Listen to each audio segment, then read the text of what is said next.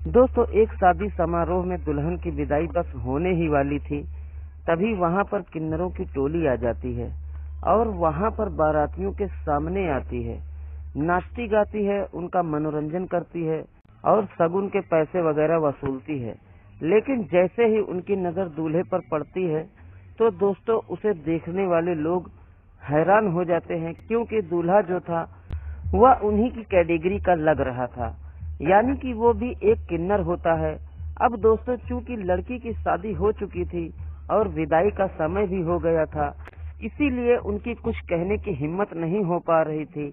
लेकिन फिलहाल एक लड़की की जिंदगी का भी सवाल था, इसलिए किन्नर लोग सोचते हैं कि जो भी हुआ, इस दूल्हे की असलियत का तो पता चलना ही चाहिए, और वह लोग अपने अंतर से यानी कि अपने अंदाजा से पता लगाने की भी कोशिश करते हैं, लेकिन उसमें उनको कामयाबी नहीं मिल पाती है।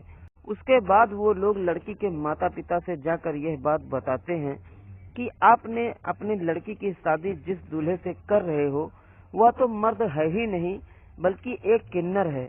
अब दोस्तों, वो लोग जब यह बात सुनते हैं तो उनके पैरों तले जमीन खिसक जाती है, लेकिन वो लोग कहते हैं कि कोई कार्रवाई करने से पहले एक बार और जांच लीजिए कि आखिर उसकी असलियत क्या है। लेकिन अब करें तो क्या करें, कुछ समझ में नहीं आ रहा था।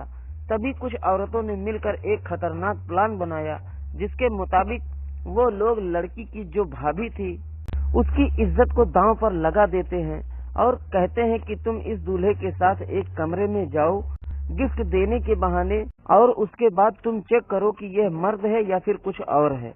अब दोस्तों, अब उसके ननद की इज्जत का सवाल था, तो भाभी भी ऐसा ही करती हैं, उसके साथ एक कमरे में जाती हैं और कमरे का दरवाजा बंद कर देती हैं। दोस्तों, उसके बाद यकीन मानिए जो भी कुछ होता है बहुत ही रोमांचक कहानी है, बहुत ही शानदार कहानी है। आइए जानते हैं पूरी कहानी इस वीडियो में। लेकिन वीडियो में आगे बढ़ने से पहले बस वही एक छोटी सी रिक्वेस्ट कि वीडियो को लाइक कर दीजिए और चैनल को भी सब्सक्राइब कर लीजिए। मैं हूं आपका दोस्त इरफान और आप देख रहे हैं इंडियन फील स्टोरी। तो ज्यादा बात न करते हुए कहानी को शुरू करते हैं। दोस्तों, ये कहानी सहारनपुर उत्तर प्रदेश के एक लड़की जिसका नाम अनिका होता है, उसकी शादी एक विपिन नाम के लड़के से तय होती है। लड़का लड़की एक दूसरे को देखते हैं, पसंद कर लेते हैं।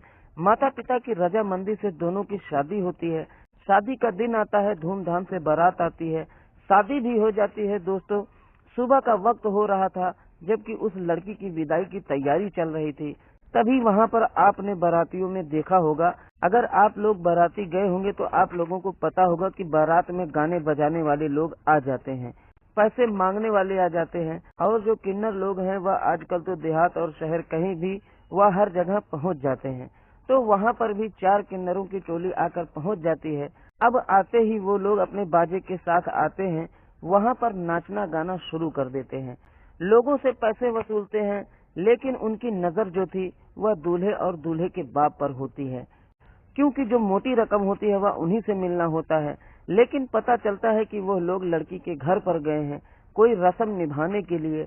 फिलहाल कुछ देर में वो लोग आ जाते हैं, और लेकिन जैसे ही वो आते हैं तो दूर से ही जब ये लोग देखते हैं उन लोगों को, तो दोस्तों आपस में ये लोग खुसर फुसर करने लगते हैं, क्योंकि जो लड़का था उसका हाव भाव, उसका चाल ढाल, और जो लड़के का उठने बैठने का तरीका था, नए नक्श जो था दोस्तों, वो एक किन्नर का ही होता है।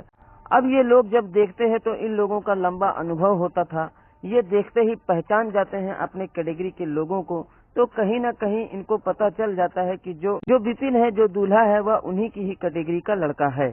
लेकिन दोस्तों, बात काफी आगे बढ़ चुकी थी, दुल्हन के विदाई का समय हो गया था, इसीलिए वो लोग डायरेक्ट किसी से कुछ नहीं कहते हैं, लेकिन बस उसे निहारते ही रहते हैं।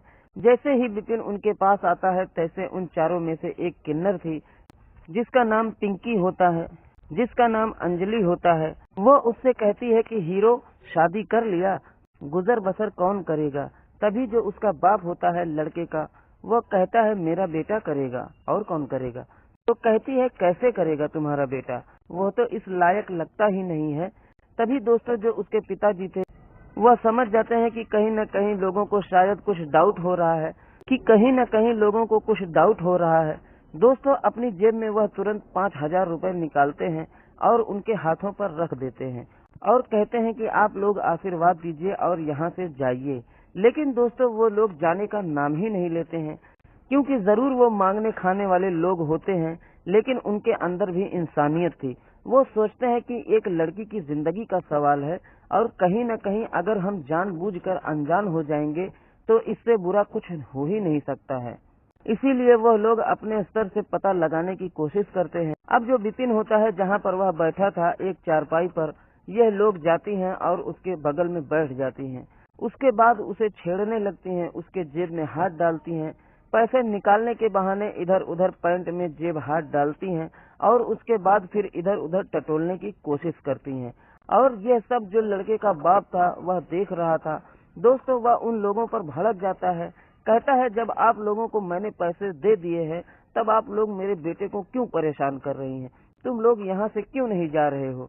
ये क्या हरकत है तुम लोगों की? दोस्तों, उसके बाद वो लोग भी दो चार बात बोलते हैं, लेकिन जो अंजलि थी वह कहती है कि चलो कहीं और देखते हैं, क्या फायदा यहाँ पर। अब और मगजमारी करने से वहाँ से वो लोग उठकर चले जाते हैं और उसके बाद वह सीधा वह लड़की के घर पर जाते हैं। और जब वहाँ पर जाते हैं तो उनको चाय पानी मिलता है, बिठाया जाता है। उसके बाद कुछ शगुन के पैसे दिए जाते हैं, मिठाई दिए जाते हैं और उसके बाद वो लोग आशीर्वाद मांगते हैं।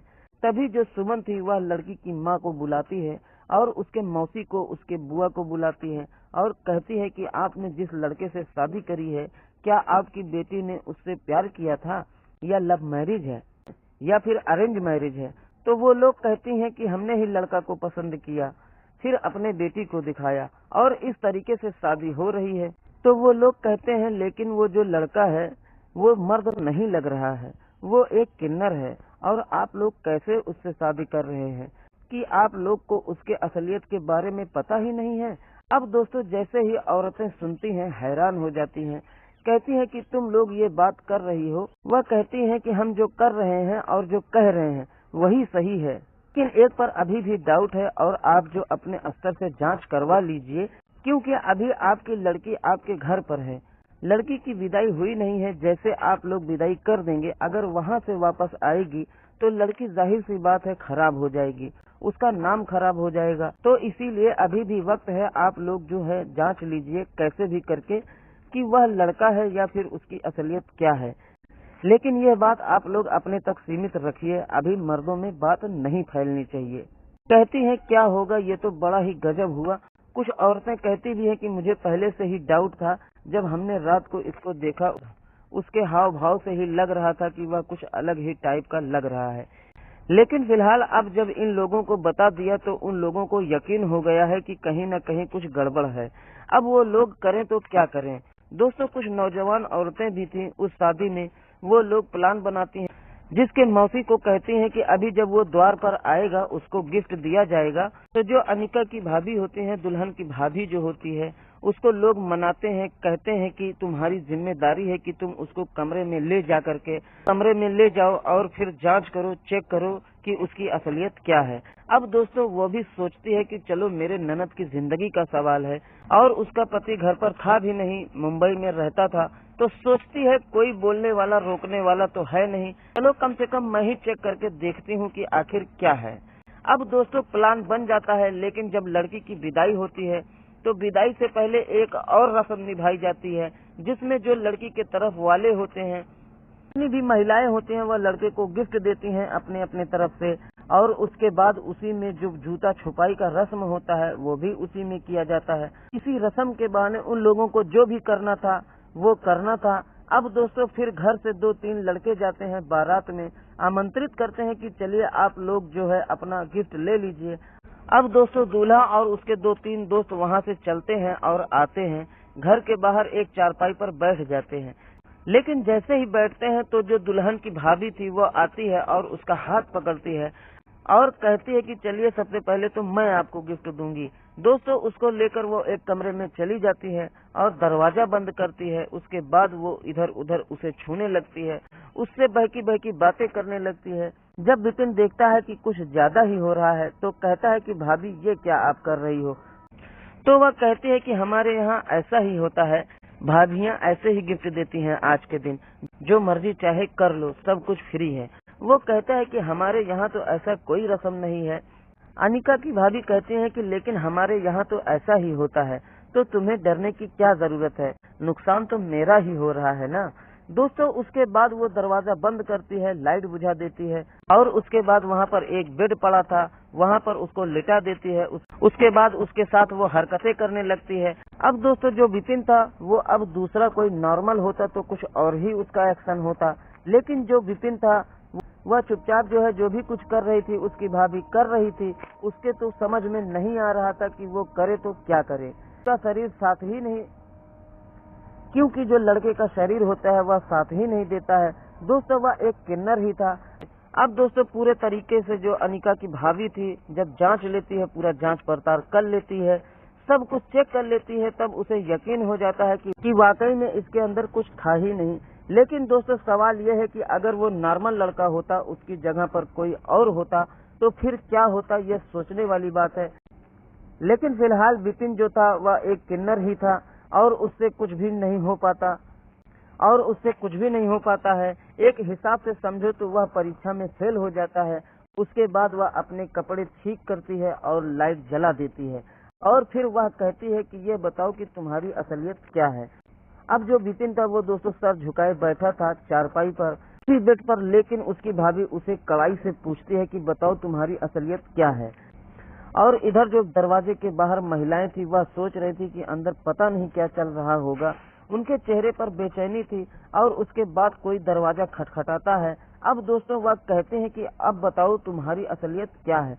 तो दोस्तों वह गिड़गिड़ाने लगता है, रोने लगता है। दूल्हा कहता है कि मेरी इसमें कोई गलती नहीं है, जो भी कुछ किया धरा है वह मेरे पिताजी का किया धरा है और मैं बचपन से ही ऐसा ही हूँ। शादी पहले भी उन लोगों ने एक जगह की थी, लेकिन वो मेरी पत्नी भी 2 ही 4 दिन में मुझे छोड़कर चली गई, क्योंकि मैं ऐसा ही हूँ। और अब की बार भी मैं मना कर रहा था, लेकिन दहेज के चक्कर में उन लोगों ने तुम्हारे घर में मेरी शादी कर दी और ऊपर से अपने मान सम्मान के चक्कर में उन्होंने शादी कर दी। मैं तो मना ही कर रहा था, लेकिन मेरी बात नहीं माने। अब दोस्तों जब ये बात उसकी भाभी सुनती है तो दोस्तों उसका दिमाग खराब हो जाता है। उसके बाद में दरवाजा खोलती है, बाहर आती है, रोते हुए निकलती है, अपने ननद के पास जाती है, जो दुल्हन के रूप में कमरे में बैठी होती है, उसको सीने से लगाकर रोने लगती है। उसके बाद सारी औरतें वहां पर जाती हैं, पूछती हैं क्या हुआ, तो सारी कहानी बताती है कि उसके पास तो कुछ है ही नहीं, वो तो एकदम बेकार है, वह नामर्द है। अब जब औरतें बात सुनती हैं दोस्तों तो दूल्हे को कमरे में बंद कर देती हैं, एक तरह से उसको बंधक बना लेती हैं। उसके बाद कुछ और जो रिश्तेदार थे घर पर, जो लड़की के घर पर बहुत सारे लोग थे, वह तुरंत भागे भागे वहां जाते हैं जहां पर बारात टिकी हुई थी।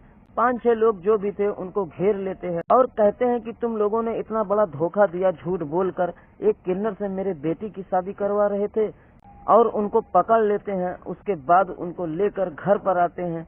तुम जिंदगी बर्बाद कर रहे थे दहेज के चक्कर में, लालच के चक्कर में, तुमने मेरे साथ इतना बड़ा धोखा किया। दोस्तों उसके बाद उसको डराया जाता है, धमकाया जाता है और बोला जाता है कि अब जो भी कार्रवाई होगी वह पुलिस करेगी, वरना जितना भी शादी में पैसा लगा है तुम लोग वह पैसा कहीं से भी ला कर दो। अब दोस्तों दूल्हे का बाप सोचता है कि अब तो पोल खुल चुकी है, ये लोग यहाँ से छोड़ेंगे नहीं। वह बहुत ही बुरी तरीके से घबरा जाता है। उसके बाद फिर अपने कुछ रिश्तेदारों को फोन करता है, इधर उधर से पैसे मंगाता है और फिर 2 लाख रुपए देता है। पुलिस के सामने जो है सुलहनामा होता है, सुलह समझौता होता है और दोनों पक्ष वहीं से अपने अपने रिश्ते खत्म करते हैं।